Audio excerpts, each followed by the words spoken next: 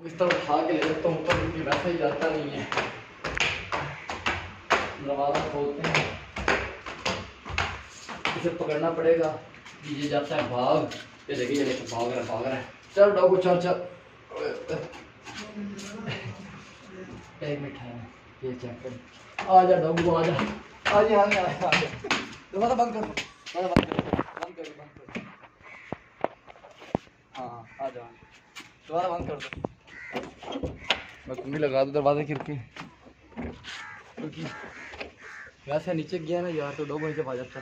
अभी थोड़ा सा रिलैक्स 2-3 दिनों से, वरना जब ये पहले दिन आया था ना ये इंसाइड डरा हुआ था, ये हमारी नहीं है किसी और की है।